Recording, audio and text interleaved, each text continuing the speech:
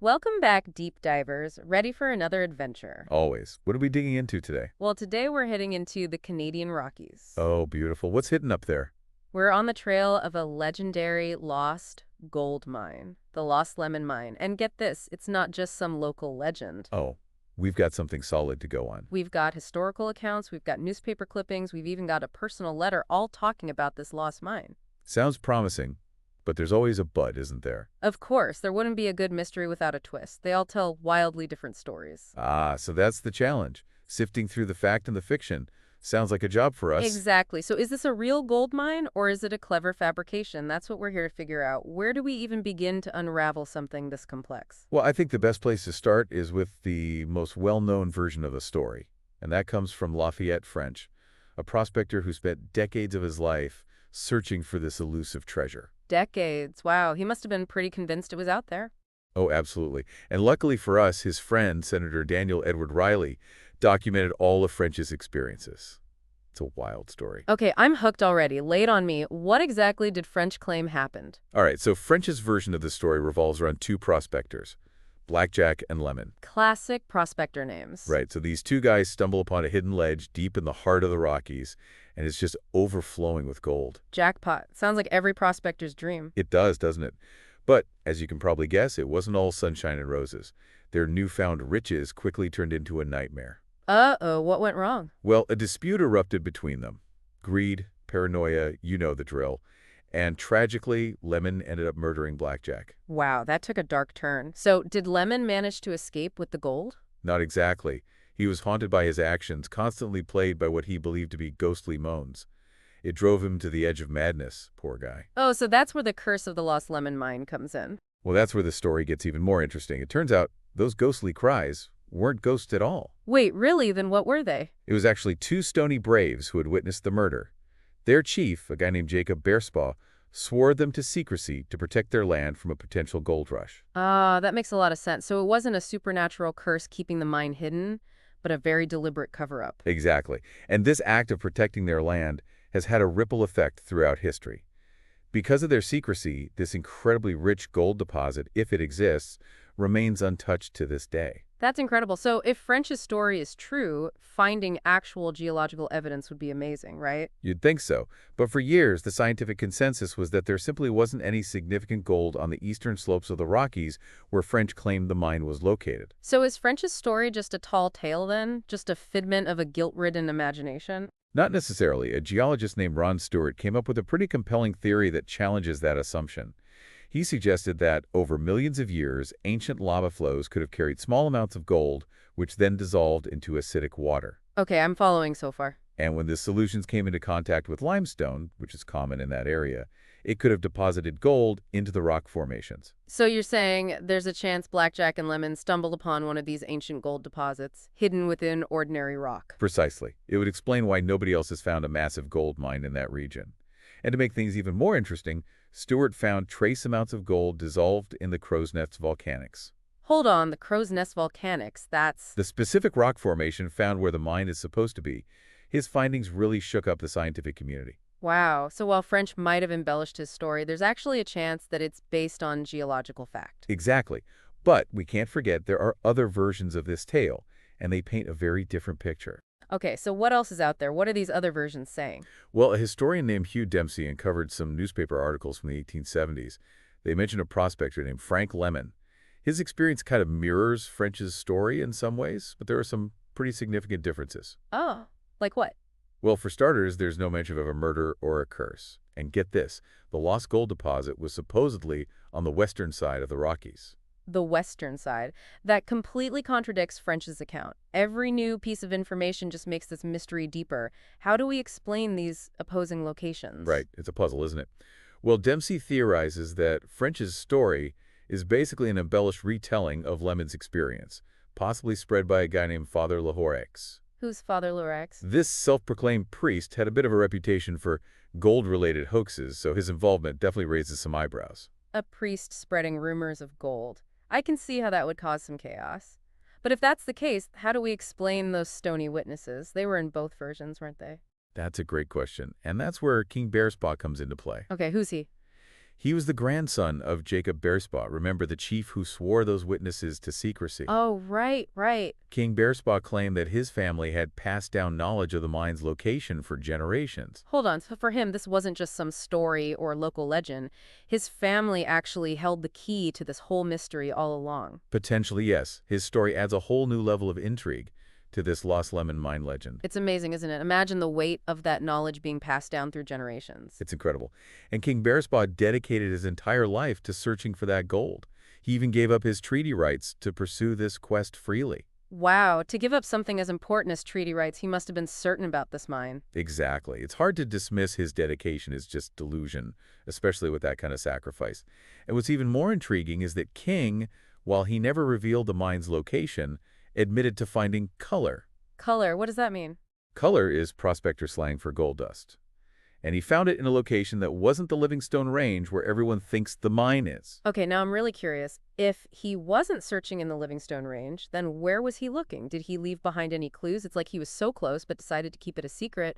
Why would he do that after all that searching? It really is a mystery, isn't it? It makes you wonder if maybe he felt responsible for protecting the land, just like those original Stony witnesses, or maybe he found something that made him rethink everything he thought he knew about the mine. Who knows?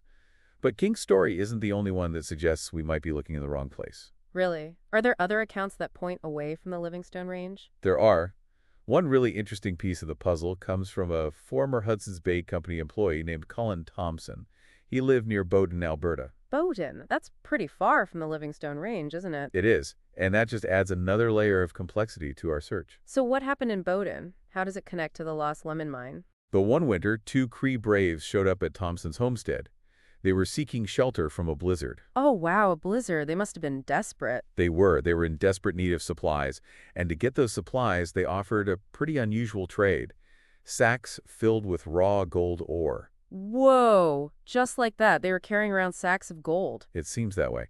And considering their situation, this gold must have been extremely valuable to them. Yeah, they wouldn't just trade it away for nothing. It makes you wonder where they got it from. Right. And when Thompson asked them about that, they told him they got it from a sacred valley near an Indian burial ground. They said they could only use the gold in really dire situations, like the famine their tribe was facing that winter. Wow, so this wasn't just a random gold find for them. It was tied to their traditions, their beliefs. Exactly. It was about survival and respect for their ancestors. Okay, that's fascinating. But how does this sacred valley connect to the Lost Lemon Mine? Weren't the Cree and the Stony from different areas?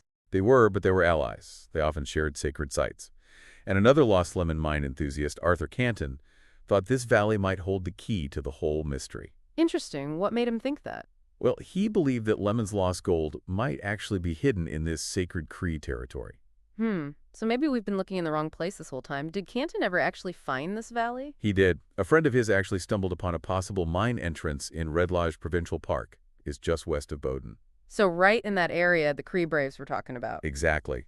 And the entrance matched French's description of the mine. It was in a hidden valley where three streams come together. Canton was all set to explore it, but right as he was about to go, an avalanche wiped out the trail to the entrance. Oh, no. So close, yet so far. Did he ever get another chance to explore it? Sadly, no, he didn't. But later on, he found out from park rangers that King Bearspaw had been prospecting in that same valley for years. No way. King Bearspaw was there too, so it really does all connect. The Stony connection, the Cree gold, King Bearspaw's secret searches, they all point to this valley as a possible location for the Lost Lemon Mine. But hold on, what about that outlaw story? You know, the one where Blackjack and Lemon are criminals hiding their loot? Does that fit into this new location too? It's definitely worth considering. That version puts them on the eastern slopes of the Rockies, hiding their stolen gold from a posse. But just like all the other accounts, the exact location is still a mystery. So we have multiple possible locations, and each one is tied to a different version of the story. It's like we're trying to solve a puzzle, but the pieces keep changing. And then there's Cloudwalker's story. It's completely different. It's about revenge and betrayal, and it gives us a glimpse into the lives of Indigenous women during that time. It's such an important perspective, isn't it? Her story reminds us that history is often told from a very limited point of view. Hers doesn't necessarily contradict the other versions, but it adds a whole new dimension to our understanding of what was happening back then. Right, it was about survival and justice and protecting her family, and those are themes that are often overlooked in these treasure hunting stories. Exactly. And speaking of different perspectives, we can't forget about Philip H. Godsall's account. He basically builds on French's story, but he adds some really interesting details. What kind of details? Well, he gives us a more detailed look into the lives of the stony witnesses. He even gives them names, Calf Child and Medicine Owl. He also gives us more specifics about the mine itself. He describes two shafts that were dug into bedrock, and they produced a ton of gold. So he's adding concrete details about the mine, something that was missing from the other versions. That could be really valuable information for anyone still searching for it today. But does he actually solve the mystery? He doesn't, unfortunately. Just like all the others, his account ends with the mine still lost. The secret supposedly died with Lafayette French, who apparently rediscovered the mine, but then he died before he could tell anyone where it was. It's like they were all so close to finding this unimaginable wealth, but it always stayed just out of reach. Do you think it's possible that some of them, like King Bear Spa, actually found the mine but chose not to reveal it? That's an intriguing possibility. Maybe some of them realized that the true value wasn't in the gold, but in the journey itself, the pursuit of the unknown. It really has to think. So here we are with all these different versions of the story, possible locations, geological evidence. It's like trying to put together a puzzle with half the pieces missing. Where do we even go from here? How can we possibly make sense of all this? It's a real challenge, isn't it? We've looked at the historical accounts, explored the geological evidence, considered the motivations of those involved. Now we have to sift through it all and decide what we believe. It's a real head scratcher, isn't it? Trying to separate fact from fiction. So after diving deep into all these accounts, what stands out to you the most? Which version do you find most compelling? You know, that's the thing about this mystery. There's no easy answer. Each version has its own strengths and weaknesses. French's story, as wild as it is, does have some geological evidence backing it up. That's true. And Dempsey's theory feels more grounded. Right. It connects the legend to real historical people and events. Exactly. But then there's King Bear Spa and his dedication to the search. It's hard to ignore, isn't it? He was willing to sacrifice so much, it makes you think, what did he know that we don't? I know. Was he protecting something more than just gold? Maybe the mine's location was tied to something sacred? Or maybe it held some deeper meaning for his people. It's definitely possible. And the connection to those stony witnesses, combined with the Cree Braves using gold from their sacred valley, it adds another layer to the mystery. It does. It makes you wonder if the real treasure isn't the gold itself, but the history and the cultural heritage woven into this whole legend. You know, I think you're right. It challenges us to think differently about history. For some people, it's all about the tangible stuff, the riches. But for others, it's about the stories, the beliefs, the connections to the past. It's a good point. And we can't forget Cloudwater's story. It reminds us that history is often told from a single perspective. It's true. Her strength and her resilience, they add a human element that's often missing from these big, grand narratives. Yeah, her story reminds us that history is made up of all these individual experiences. It's more than just facts and dates. Exactly. So even though we may never truly solve the mystery of the Lost Lemon Mine, the search itself has given us something much more valuable. What's that?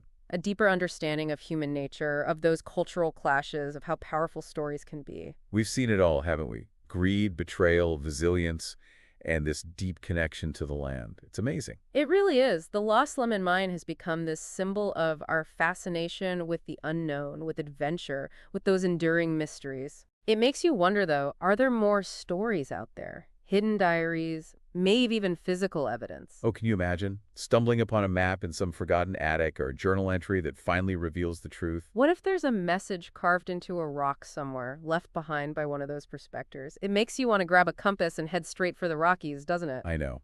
But we have to remember, the search for gold can be a dangerous thing. That's for sure. Maybe the real treasure is in the journey itself, the exploration, the stories we uncover along the way. Well said. I think the most valuable lesson the Lost Lemon Mine teaches us is to keep an open mind, to question everything and appreciate the mystery. Couldn't have said it better myself. So deep divers will leave you with this final thought. What would you do if you found a clue to the Lost Lemon Mine? Did you go after the gold? Or would you let the legend live on? Let us know. We always love hearing from you. Until next time, keep exploring and keep on digging.